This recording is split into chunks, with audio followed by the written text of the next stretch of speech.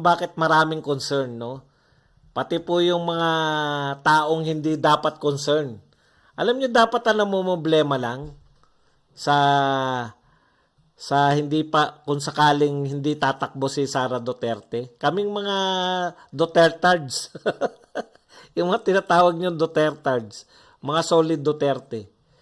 Kasi nakikita namin no, meron kaming sureball na pangulo, no? Nasasaktan sila. Pag sinasabi natin sureball si Sara Duterte sa pagkapangulo, sakit na sakit sila diyan eh. Hindi ko alam kung bakit.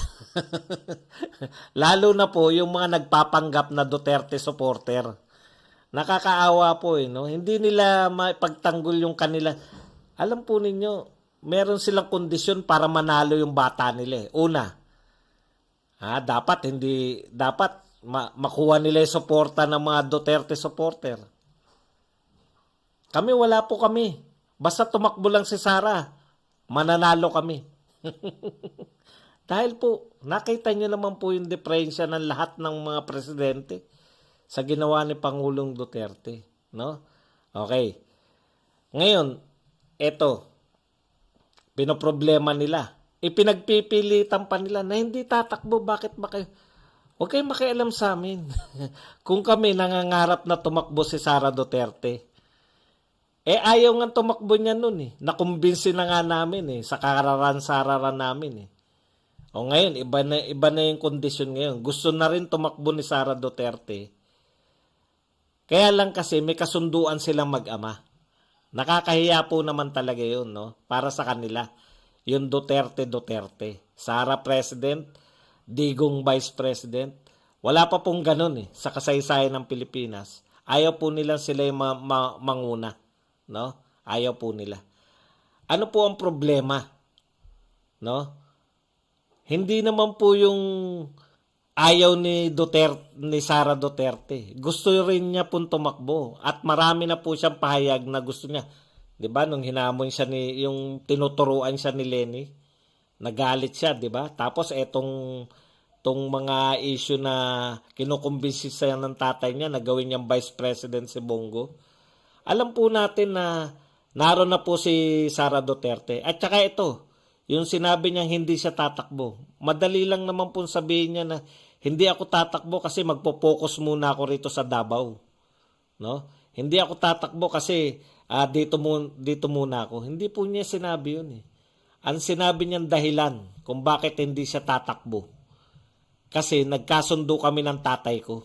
No? May mga grupo kasi na buti pa nga yung grupo ni Pacquiao, alam na nila na hindi sila susuportahan ng mga Duterte. No? Huwag kayong umasa sa suporta ng Duterte at yun yung aasahan ninyo. Tapos pag hindi kayo sinuportahan, sisiraan nyo. Kanya-kanya tayong kayod, di ba? Dinadamay nyo pa kami sa mga nyo. Laging topic na hindi po masama sa mga Duterte supporter na suportahan namin si Sara Duterte.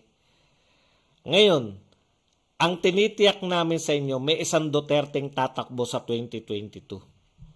No? Kung si Pangulong Duterte ay willing na siyang tumakbo talaga, hindi na mapipigilan, o di susuportahan namin si Pangulong Duterte. Bakit naman namin susuportahan yung hindi Duterte ang pangalan? Susuportahan namin si Pangulong Duterte. Dahil lahat ng ito, kaya namin sinusuportahan si Sara dahil isa lang po yung layunin namin. Gusto naming maituloy yung napakagandang nasimulan na ni Pangulong Duterte. Yun lang naman po yun. Ayaw namin na yung may mananalo na itatakwil nila para magkaroon sila ng sarili nilang pangalan, no? Hindi nila maiisip na tinuloy lang. Mga dilaw ganyan mag-isip Kita nyo hanggang ngayon, ganun nila iniisip yun. Skyway daw, kay Pinoy daw yan. Ito po, matagal ko nang sinabi to, no? Para once and for all, matapos na yung mga kahibangan ng mga dilawan. Alam nyo po, sa lahat ng bagay, hindi po sineselebrate kung sino ang nagsimula. Miski po sa pag-aaral, wala nag-celebrate na ikaw ay nakaano na, ikaw ay nag-enroll. Hindi po sineselebrate yung enrollment. Pero may senador tayo na ang akala, wag natin ito, may politiko na ang akala pag naka-enroll ka, yun yung ibig sabihin ng nag-aaral. Iba po yung iba po yung nag-enroll sa nag-aaral, no? Ang nag-enroll, unang bahagi lang po yan ng pag-aaral ng tao, no? Hindi po yung bibilangin mo yung panahon na once na nag-aral ka, yun na yung yung nag-enroll ka. Yun na yung araw, yun na yung taon na ikaw ay nag-aaral. Hindi po, magkaiba po yung pag-enroll at pag-aaral. Wala po nag-celebrate ng enrollment. Ang lagi po sineselebrate graduation. Anak kayo ng tatay nyo. Gusto nyo i-celebrate natin yung enrollment? Sino nagsimula? Hindi po yan ang sineselebrate. Sino ang nagtapos? Di ba? Sino ang kasi naalala ko lang bigla yung nagtatalo sino ba una ako sa Pacquiao na 3 months lang? Di ba? Si Kibulo yata eh. Noong nagtatalo yan 3 months na yan, sinabi ni Pacquiao, hindi ako 3 months nag-aral. Ito enrollment ko. 11 years na. 11 years na raw siya nakapag-enroll. Hindi naman tinatanong kung ilang taong ka na buhat nung nag-enroll. Eh. Ilang taong ka nag-aral.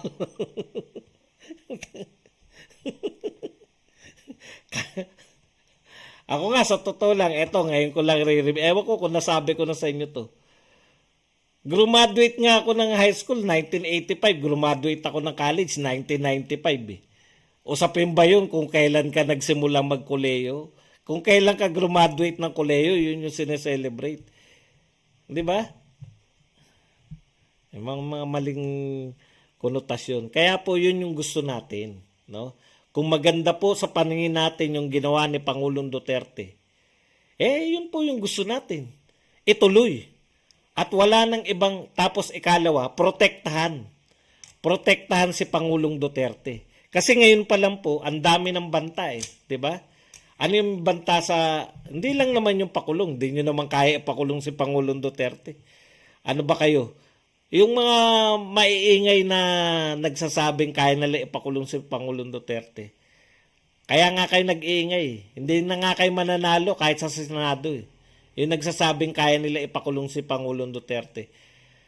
Sinimulan nyo si Pangulong Duterte 2016. Hindi nyo nga napalaya sa pwesto, pakulong pa. Ano tingin nyo pag wala ng posisyon si Pangulong Duterte, humina na utak? Hindi nyo kayang ipakulong si Pangulong Duterte. Yung mga nagsasabi na yan, di ba? Mahirap po kasi kung ang manalo kapanalig nila. Yung pagbabanta na yan, pwede po nilang magawa ng paraan yan. Tapos mahilig po yan. Alam po ang hilig ng mga dilawan? Sa totoo lang, ang hilig po nila, yung baguhin yung yung mga naghanap. Hindi mo pwedeng i-deny sa mga tao yung mga pinagagawa nila.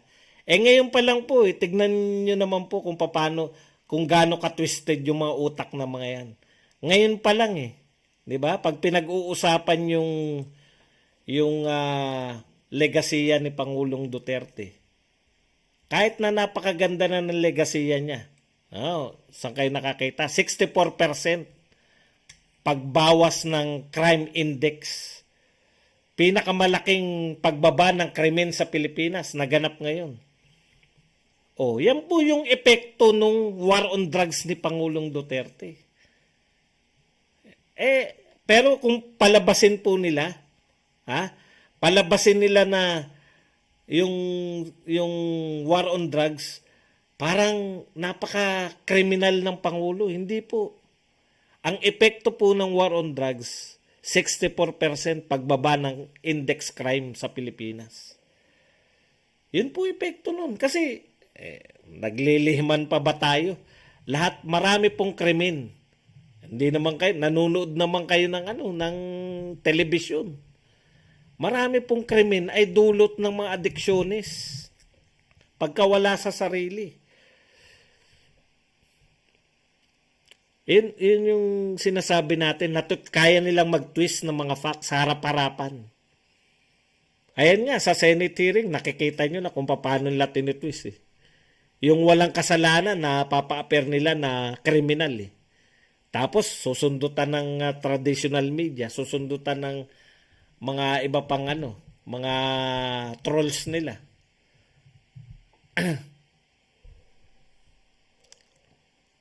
Okay. Yun yung sinasabi natin,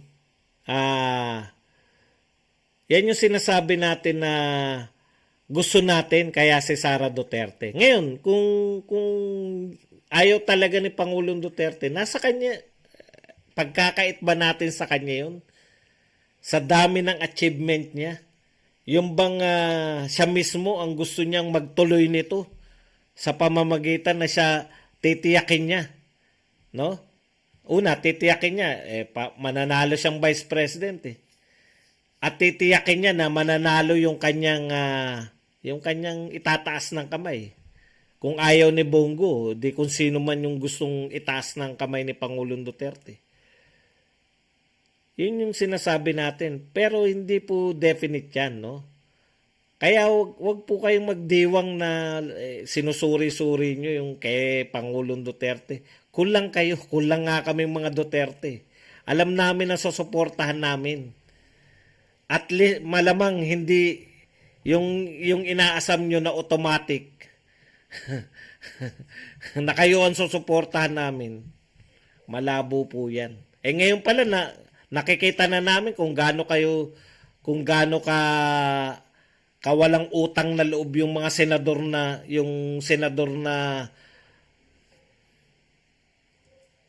'di ba? Panahon.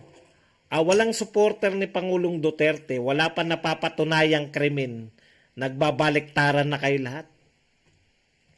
Yung mga totoong supporter ni Pangulong Duterte, handa siyang ipagtanggol.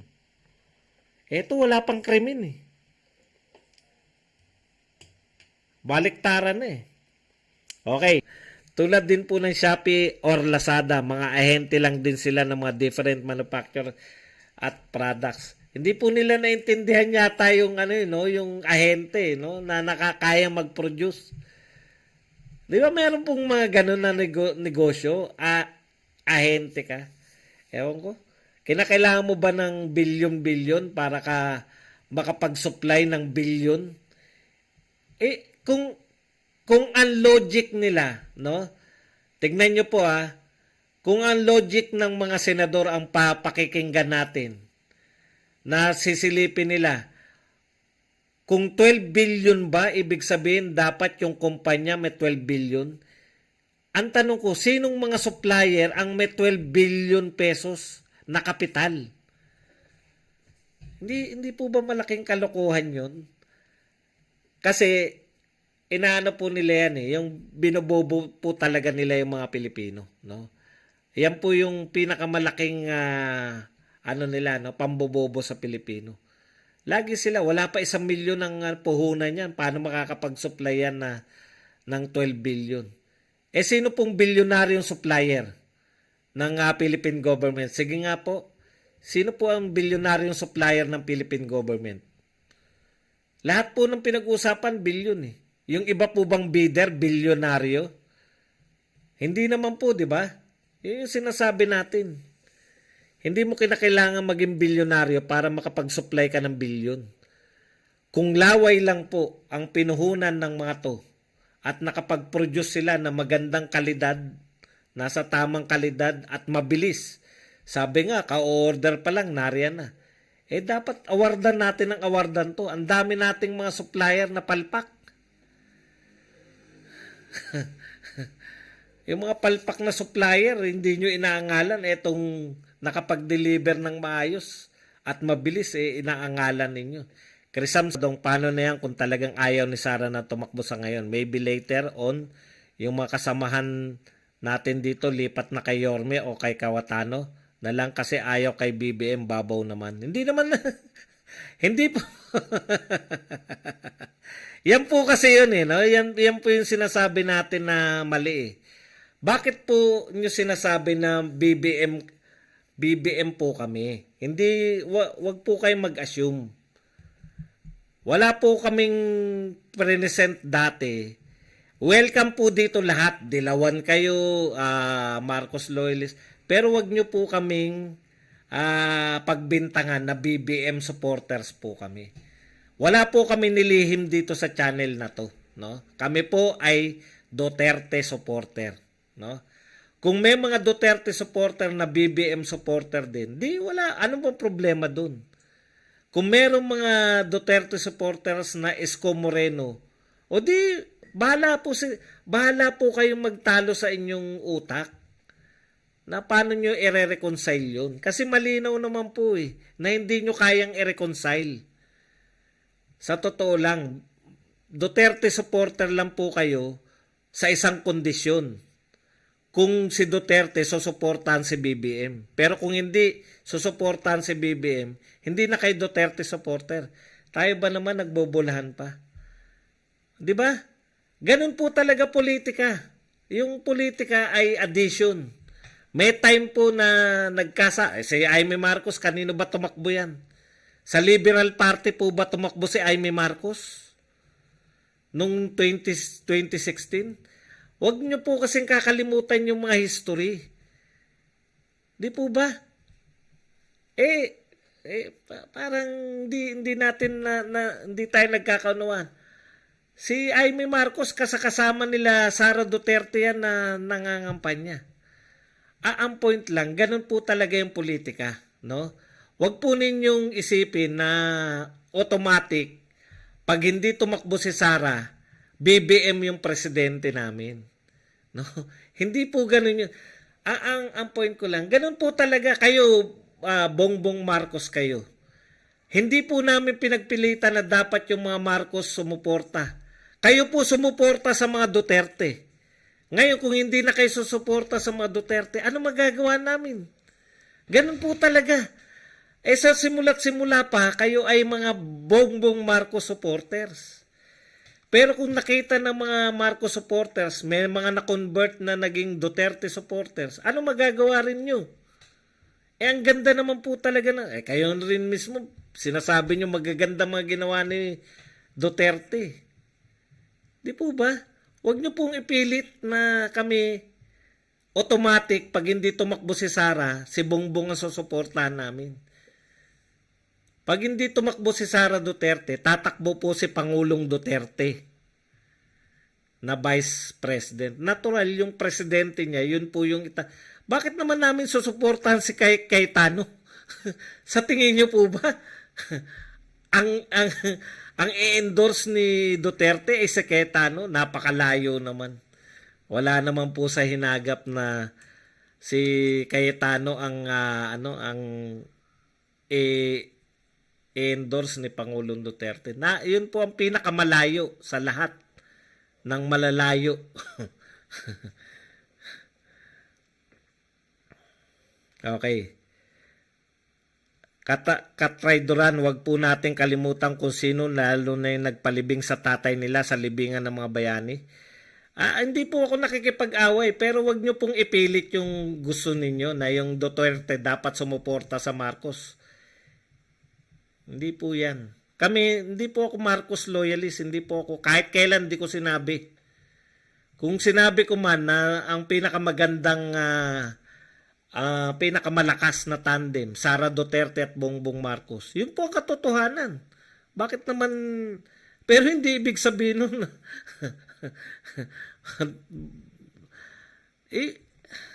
politiko ko eh. Tumitingin tayo sa politika eh, di ba? Namumulitika tayo eh. Ang politics is addition. Ganun po talaga. Naghahanap ka ng kaalyado. Ilan ba sumusuporta kay Sara Duterte sa ugpong? Di ba? Lakas. Ibig mo sabihin, supporter ako ni Gloria Macapagal Arroyo? Imposible. Hindi ako supporter kahit kailan ni Gloria at saka ni Fidel Ramos.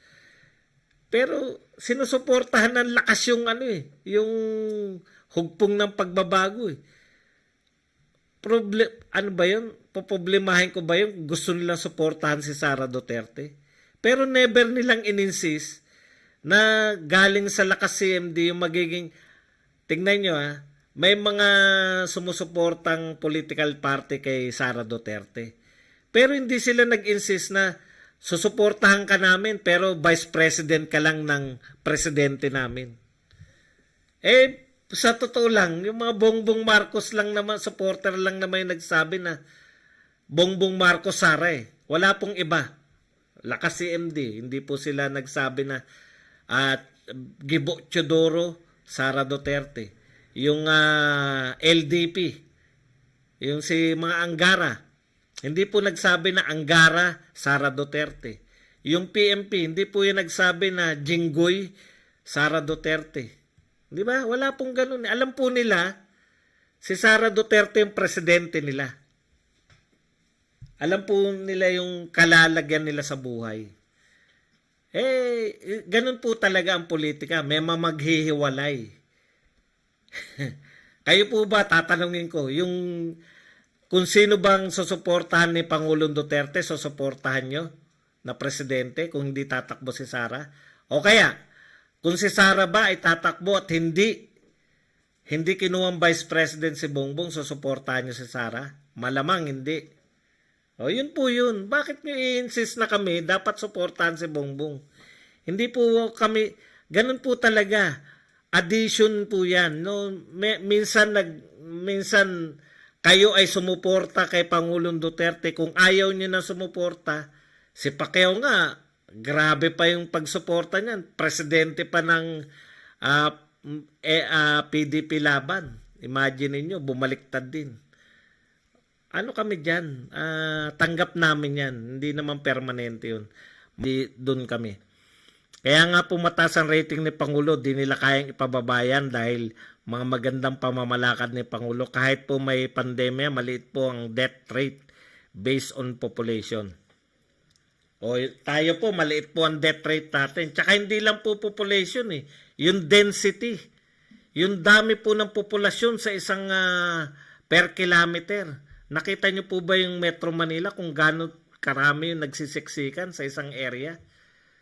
Sa US nga, tignan nyo, hiwa-hiwalay pa. Pero iba naman kasi yung kaso sa US. No? Matitigas po marami po rin mga anti-vaxxers.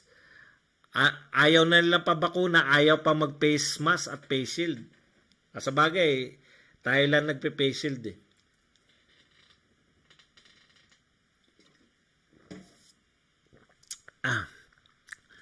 19 BBM loyalists are scared when he is not chosen. All I desire is for Duterte to run. Who we choose to run as president, that's it. Huwag kayong assuming mga guldista. Boss Buds, dapat Sara BBM kasi kung BBM Sara, baka masilat pampres. Hindi naman po talaga, hindi pa nga sila siguradong si BBM ang vice president Gusto pa nila pumailalim pa si Sara. Hindi na nga tayo sigurado si Sara ay tatakbo kasi kung ayaw ni Pangulong Duterte na umatras, o di siyang tatakbo. Wala pong, ang definite po ngayon, wala pong Duterte. Hindi po tatakbo si Sara sa Sagpong at separate po yung PDP laban. Dapat wag tayo makipag-away sa mga BBM supporters kasi hindi po ako nakikipag-away. Kaya lang po, ini-insist po nila. Ang sinasabi ko po rito ganito, Sara Duterte po tayo. No? Pero kung talagang hindi na po tatakbo si Sara Duterte, di kung ano na po yung, kung dahil tatakbo po si President Digong, noon pa naman po Sara Duterte tayo. Hindi po pwedeng mamangka sa dalawang ilog kami. No? Hindi po namin, ilang beses na po ako inatake ng mga loyalista Lagi ko nga nakikita mga pangalan ko dyan sa mga lintik na mga ano na yan, hindi ko naman sila kilala. Hindi ko na nga sila kilala. Wala naman akong, alam po ninyo, alam po namin ng kalaban natin. Alam po natin ang kalaban natin. Yung po ang topic ko lagi. Yung lumalaban kay pinagtatanggol ko po si Pangulong Duterte. Yung po ang priority natin. Pagtanggol si Pangulong Duterte. Pero alam nga naman hindi natin sagutin. Di ba?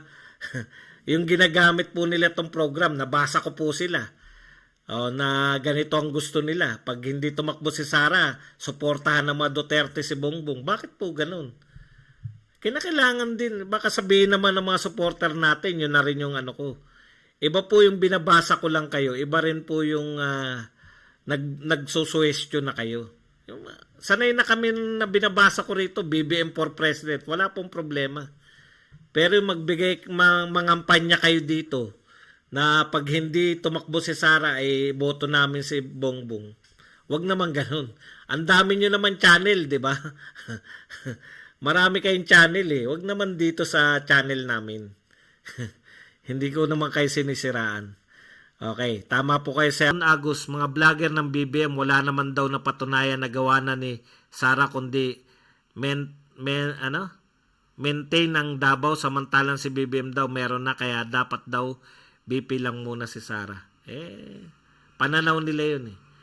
Ako, eto real talk po tayo Pero sa kaso po kasi ni Sara, iba po kasi. Legacy po ng tatay niya eh. Marami pong naiwan si Pangulong Duterte. Marami pong nasimulan si Pangulo. Wag nyo, iniiba nyo kasi. Wag nyong ibahin yung tatay sa anak.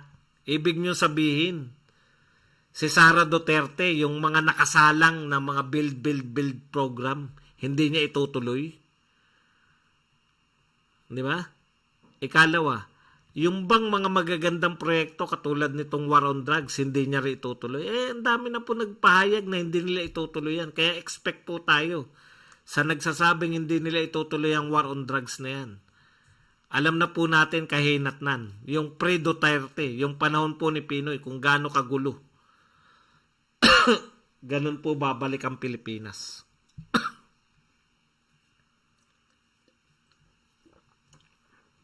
64% ang bumaba yung crime index rate ng Pilipinas ngayong panahon ni Pangulong Duterte. Nagulat po si Eliasar, matagal na raw siyang pulis.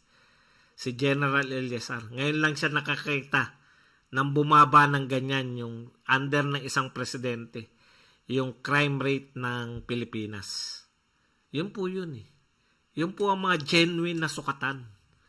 At dahil po dyan, naniniwala tayo na itutuloy po ng anak yan. Kasi pwede siyang batukan ng tatay niya eh, di ba? Ewan ko kung ano, yun po yun eh. Matik na po yun. Hindi po natin iboboto si Sara Duterte dahil Davao Mayor. Binoboto natin siya dahil anak siya ni Pangulong Duterte at marami pong naiwan si Pangulong Duterte na proyekto na dapat ituloy. At hindi tayo tiyak na itutuloy yan ng iba.